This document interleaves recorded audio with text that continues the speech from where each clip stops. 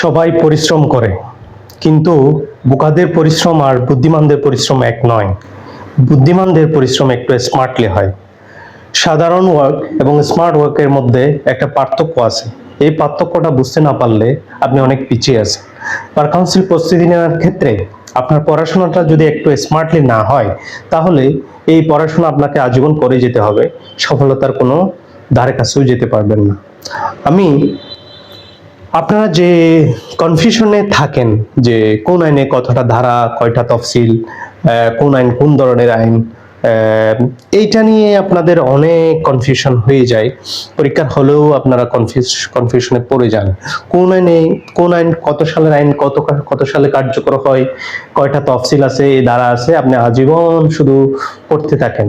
দেওয়ানি কার্যবিধি পড়ার সময় পড়েন, আবার ফৌজদারি কার্যবিধি পড়ার সময় পড়েন, কিন্তু একটু স্মার্টলি চিন্তা করেন।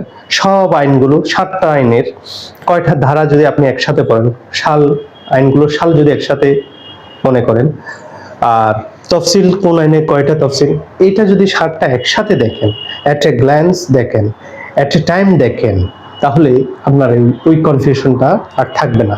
কম্পেয়ার করে এটা আপনি সহজে ধরতে পারবেন। তাহলে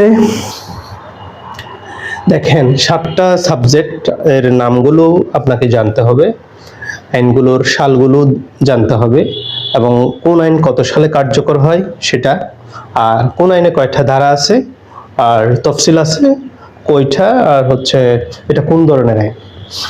ফৌজদারি কার্যবিধি কত সালের আইন? 1898।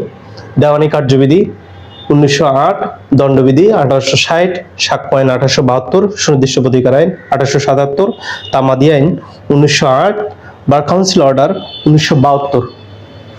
তাহলে আপনাকে এই 7টা সাবজেক্টের সালটা একসাথে বলতে পারতে হবে। ফৌজদারি কার্যবিধি 1898, দেওয়ানি কার্যবিধি 1908, দণ্ডবিধি 1860, সাক্ষ্য আইন 1872, সুনির্দিষ্ট প্রতিকার আইন 1877, তামাদি আইন 1908, বার কাউন্সিল অর্ডার 1972। কত সালে কার্যকর হয়? ফৌজদারি কার্যবিধি কার্যকর হয় 1 জুলাই। দেওয়ানি কার্যবিধি 1 জানুয়ারি, 1 জানুয়ারি 1909। দণ্ডবিধি 1 জানুয়ারি 1862।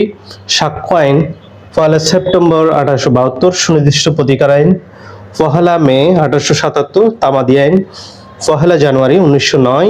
বার কাউন্সিল অর্ডার 18 মে 1972। তাহলে 1 জুলাই কার্যকর হয় শুধুমাত্র ফৌজদারি কার্যবিধি, আর 3টা আইন 1 জানুয়ারি কার্যকর হয়।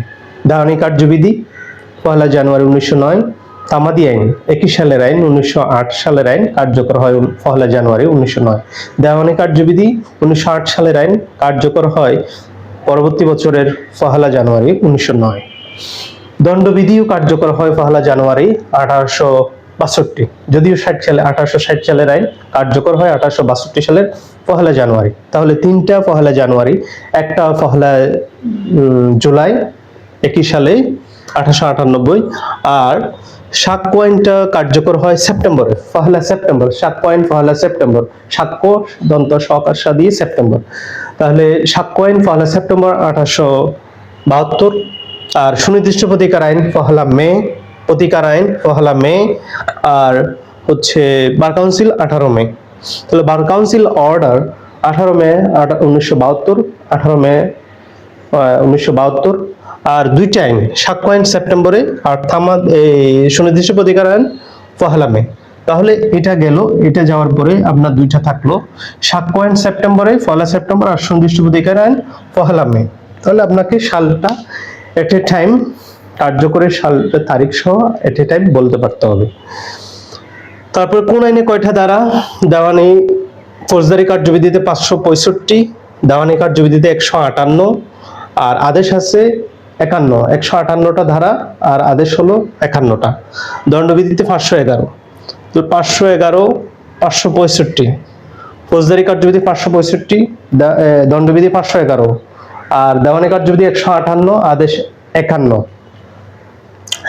সাক্ষ্য আইনে 167, সুনির্দিষ্ট প্রতিকার আইন 57, তামাদি আইন 29টা, আর বার কাউন্সিল অর্ডারে অনুচ্ছেদ 46টা। রাষ্ট্রপতির আদেশ নম্বর 46, পিও 46, প্রেসিডেন্সিয়াল অর্ডার 46। তাহলে কোন আইনে কয়টা ধারা? ফৌজদারি কার্যবিধি 565, দেওয়ানি কার্যবিধি 158, আর আদেশ হলো 51, দণ্ডবিধি 511, আর সাক্ষ্য আইন 167, সুনির্দিষ্ট প্রতিকার আইন 57, তামাদি আইন 29, আর বার কাউন্সিল অর্ডার 46টা অনুচ্ছেদ।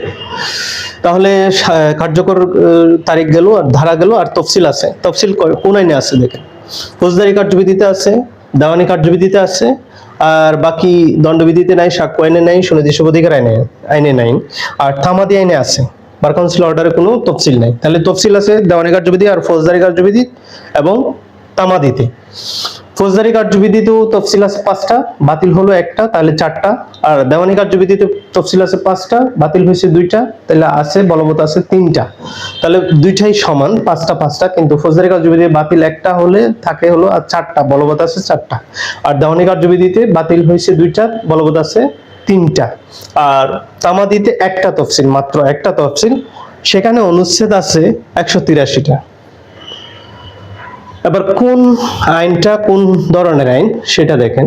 ফৌজদারি কার্যবিধি পদ্ধতিগত আইন, দেওয়ানি কার্যবিধি পদ্ধতিগত আইন, দণ্ডবিধি তত্ত্বগত আইন, সাক্ষ্য আইন পদ্ধতিগত আইন, সুনির্দিষ্ট প্রতিকার আইন তত্ত্বগত আইন, তামাদি আইন পদ্ধতিগত আইন, বার কাউন্সিল অর্ডার তত্ত্বগত এবং পদ্ধতিগত উভয় ধরতে পারেন। তাহলে সবগুলো পদ্ধতিগত আইন, 2টা ছাড়া, দণ্ডবিধি এবং সুনির্দিষ্ট প্রতিকার আইন। তাহলে আপনারা এভাবে মনে রাখেন, পিসি আর এসআর এই দুইটা হচ্ছে তত্ত্বগত আইন, পেনাল কোড এবং সুনির্দিষ্ট প্রতিকার আইন, বাকিগুলো হচ্ছে পদ্ধতিগত আইন। তাহলে আপনার একটা রাফ খাতায় আপনি একটা চার্ট করতে পারেন, আইনগুলো লিখে ধারাগুলো, কোন আইনে কয়টা ধারা, কোন আইনে কতটা ধারা, কত তারিখে কার্যকর হয়, কোন ধরনের আইন, আর তফসিল কোনটাতে কতটা। এভাবে যদি মুখস্থ করতে পারেন তাহলে এই কনফিউশনটা থাকবে না।